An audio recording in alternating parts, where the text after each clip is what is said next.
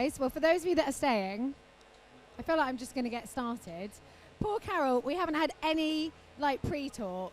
So you're going to be learning with me, guys. We are learning about Carol together. So for those of you that haven't met me yet, my name's Katie Street. I am the sole founder of an agency called Street Agency that focuses on marketing mainly for MarTech companies. And I am here talking to the lovely Carol, who's CMO of Exclaminer. What I always like to start with, Carol, is a little bit about your backstory. So your career and how you got to being the CMO of Exclaminer. So thank you very much for having me. In terms of my career, I started at a company, my first marketing job actually I kind of fell into a little bit by accident. So I did study business, but I wasn't sure really what I wanted to do when I left university.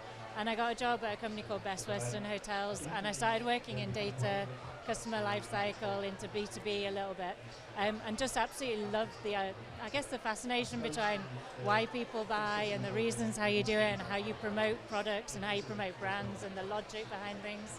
So I just found it fascinating, and then from there moved across a lot of travel industry. I think my career really took off at a company called Skyscanner, so I was there quite early on. And I actually started doing digital advertising and hated my job. It was like the worst job I've ever had because I just didn't love it. And I actually took the initiative and I sat down and was like, there's all these things that we're doing that we're not monetizing and we're not taking the opportunity. Like, they didn't articulate their brand, we didn't look at loyalty, we didn't look at how to actually sell our APIs. And so I wrote this crazy memo type thing to the CEO and said, look, I really believe we can monetize the business if we have a strong brand, if we do more. And he was like, yeah, I actually got the trust and the recognition and was given 6 months to prove myself. And I think for me that was the first time, and I think as a woman, it's Love just that. Incredible to do. But I just stood up and thought, right, I'm just going to say it, and I'll probably be like P45, thank you.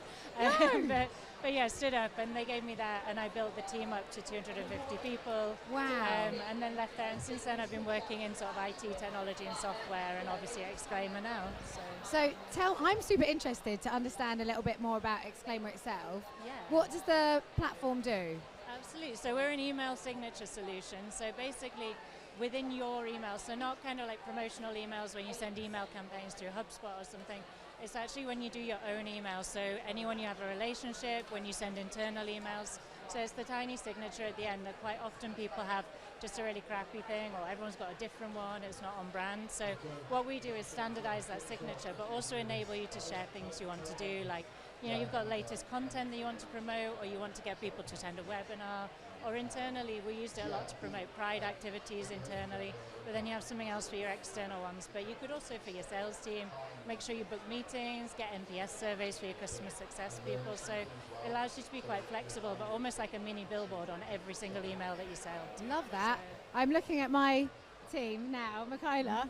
What a great platform. We need that. Yeah, absolutely. Well, definitely. Yeah, we'll be in touch.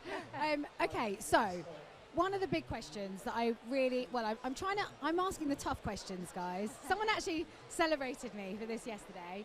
What I am really interested in is the real answers here around challenges that you think you may have faced as a woman. So I think you've already highlighted there a kind of, I guess, a bit more of a mindset piece, which is something also we need to stop, is these kind of limiting beliefs. But do you feel like you faced any specific challenges because you've been a female in your career that maybe your male counterparts haven't? I think so. I think, you know, for both women and underrepresented groups, you know, you've got to look across business. And I know we were just discussing in my team that in the Fortune 500 businesses, I think only 30% of execs are actually women. And that's gone up something like 1%, and the same, I think it's only 22% when you look at underrepresented groups. So when you look at that and you look at your role models, when I came into marketing, there wasn't really a lot of strong female role models. There wasn't across the tech industry, and it was always kind of, you know, it just wasn't there, and you didn't have people to identify with. So I think we've come a really, really long way, but I think that pace of change is really slow. And you know, I'm really accustomed to going into a board meeting and knowing I'll be the only woman. And maybe you get someone in HR, but usually you're the only woman. And so it's just being used to that environment. But I think we have to be really, really intentional about changing that, and also making sure that, you know, when you think if there's that few people in tech that are designing products, every product's really being designed for a woman. We're not there in the rooms where the decisions are made. So I think it's really, really important. And there definitely was, I think, a difference in in sort of your experience and also your opportunities, you have to push and work twice as hard, I think. Yeah, it's so frustrating because I feel like it really should have changed by now. And one of the things you pointed out, we were talking about this yesterday, just even, I don't know, in the workplace, like when you've given birth and you've come back to work and you might still be needing to pump, like there's no guy in a boardroom or a CEO in a boardroom that's a man that's going, oh, wouldn't it be nice if we had a pump room for the ladies? Like, we need to have, and that's not a man's fault, it's just they're not necessarily thinking in the same way as us women are. So I do think in terms of designing products, designing workplaces, everything, women need to be in the boardroom.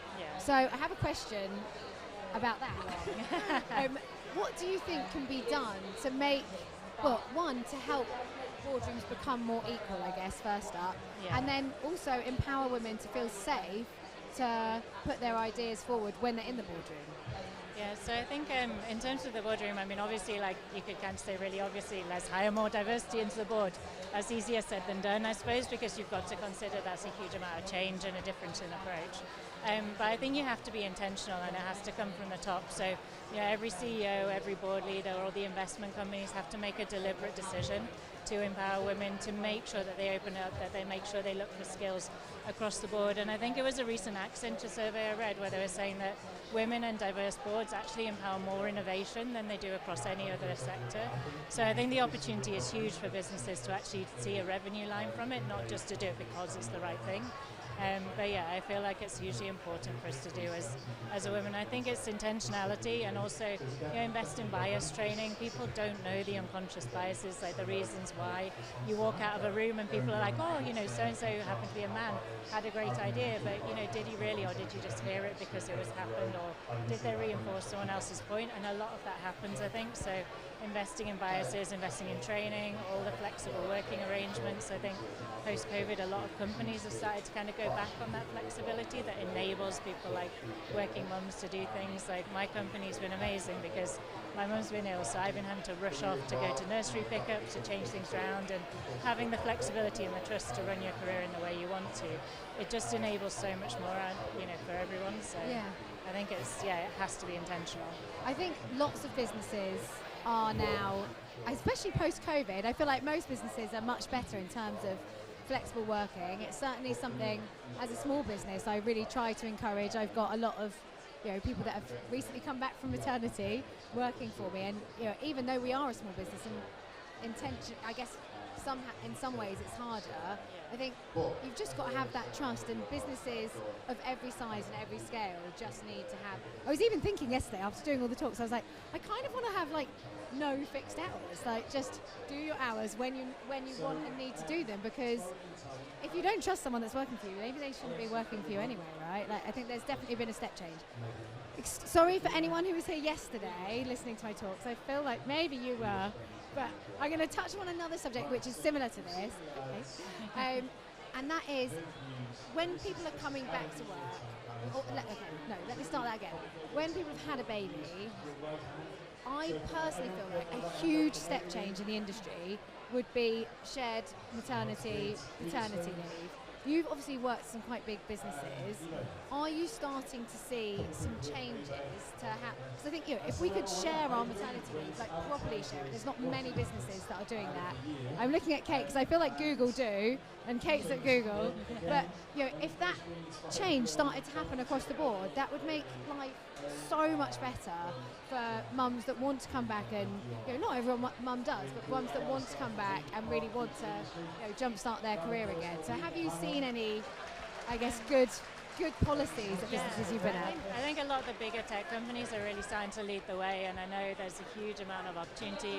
The company I was did accelerate, so you got 6 months fully paid plus all your bonuses, and you weren't kind of out of any regions in terms of promotion, so that was fantastic and a really great opportunity. But it's really hard, I think, for businesses to offer it, but making sure when people come back they've got the similar level, they've got all of that. I know that, I think there was a recent insurance company that actually did completely flexible, as in you could just switch and switch between people and allowing men to take it, and also they really encourage the men to have extra paternity leave. So my husband had 4 weeks, I think, and then literally had to go back, and I think it's unfair on the men because then they're unable to really take advantage of things. So yeah, I think definitely opening it up would be amazing. Someone was saying to me yesterday, that I can't remember what country it is, but men get 2 days paternity leave. So the mums would like desperately be trying to have the baby on a Wednesday so that their other half could be off on the Thursday and the Friday and at least have like 4 or 5 days with them before they have to go back to work. So yeah, there's changes that massively need to happen there, I would say. Right, my last question is, obviously you've done amazingly well in your career. Can you name someone who's inspired you, that's kind of, I guess, helped you on your journey? Yeah, there's actually been loads of amazing women. Initially, when I came in, I really felt like there was all your leaders, all the C-levels, everyone was a man. And I think that's changed hugely. When I was at Skyscanner, there was an incredible lady called Yara who actually started as a social media manager and became our chief growth officer. And she just was amazing. She was really good and worked her way up. And she was an incredible coach for me in terms of like actually taking that stand, remembering your personal brand, being really, really strong and not letting the things that happen in the boardroom and not letting things kind of get to you and just kind of being confident enough not to just to kind of brush things off and be like, in the same way a man would, you often kind of, I think, internalize things. And for men, you just kind of brush it off and you keep going. And I am generalizing hugely, but I think her attitude was like, never take it personally, leave emotion at the door and just push yourself forward and don't worry about it. Just remember, your brand is what people remember, and they don't remember someone who apologizes or someone who's weak and doesn't stand for their ideas. So she was a great initial role model, and then I think since then I read a lot of books around kind of female leadership, and I read one by a lady called Shelley Archambault, who was she wanted to be the first black sort of female leader of IBM. She didn't end up achieving it, but how she designed her life, and she was very much like, you plan for where you want to be. Obviously I think she probably planned to an incredible level. I could never do that, but she had this huge plan for her life, her career, where she wanted to be, but she was also agile to try to change and run with the punches, and she was really inspiring to read that book and sort of take her idea around mentorship, around throughout your career. She recommends that you speak to people, but you almost build this kind of group of allies and mentors that you rely on. You don't sort of say, will you be my mentor? It's more ring them up and be like, I've got this problem, have you ever experienced it? How can you help? And she said, if you build up that network of people and keep those relationships, it's a great way to keep forward. So I think she was a really inspiring book that I read recently. I love that. So guys, if you haven't got a mentor, I would so advocate that, by the way. I've had some amazing mentors, and I hope I have also mentored a few people. I think it can really, really help. Just like you say, having that ally, whether it's someone in your business or outside of your business, just to kind of, I don't know, give you a pat on the back, but also tell you the extra things that you could do. I don't know how I'm doing time-wise. I think I might have time for one more question, and if I haven't, I'm going to ask it anyway. We've kind of talked about a few different initiatives that I guess help within the business, but the industry as a whole, is there anything that you think can be done to really help empower more women to progress their careers, go and set up their own business, ask for that promotion, whatever it might be? I do think it's that kind of, it has to be that intentional plan across the industry, across the business. Really investing in some of those networks, those groups, that allyship kind of thing, making it a real thing in the company. So whether it's bringing in something like Lean In or women's book groups or that sort of thing, just making sure you really, really push it forward.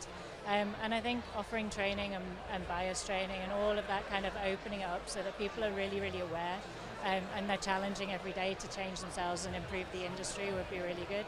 And I guess just flexible working and fair pay is always something that, I know full well that I'm not paid as well as some of the male counterparts, and you know it and you're used to it, but that shouldn't be accepted, that shouldn't be right. So I think open, fair pay, flexible working are the biggest things that we can do just across the board. So. Yeah, demand those pay rises. Can I just say, as a woman, I can concur with this. I remember in my early 20s, I'm going to just name and shame the company. I hope no one's from this company, but if you are, tough luck, because it's true. I worked for Pernod Ricard, and I was given a job for the person before me was a guy who was 10 years older than me, and my boss openly told me I was getting paid 15 grand less than him because I was a girl and I was younger than him. I know. And that, I'm going back 20 years. That was 20 years ago. But so, I really hope that, I was happy with that. I didn't challenge it because I was 20 and I was just so happy to have the job. So I think also we just all have to ask for what we're worth for and do not be afraid or scared. So many women that I speak to, nieces, not nephews, nieces, that have been like, I don't want to ask because I don't want to, I think as women sometimes we don't ask. 100% ask. Yeah, there's some great exercises in terms of like understanding your true worth and understanding how to ask for a pay rise and things that I think people should do. Yes. I know even for me, when I'm looking to promote females within my team, I've often found more resistance across the board when you're trying to do it, and I will always challenge that across the board. But yeah, you just have to kind of what's your worth and never feel ashamed about asking for more money for it. Yeah. So, Challenge and ask. That is the way forward. Yeah. Thank you so much. Thank you. I'm going to talk to you about your platform now as well. yeah, of course. Yeah. Thanks, guys. Thank you very much.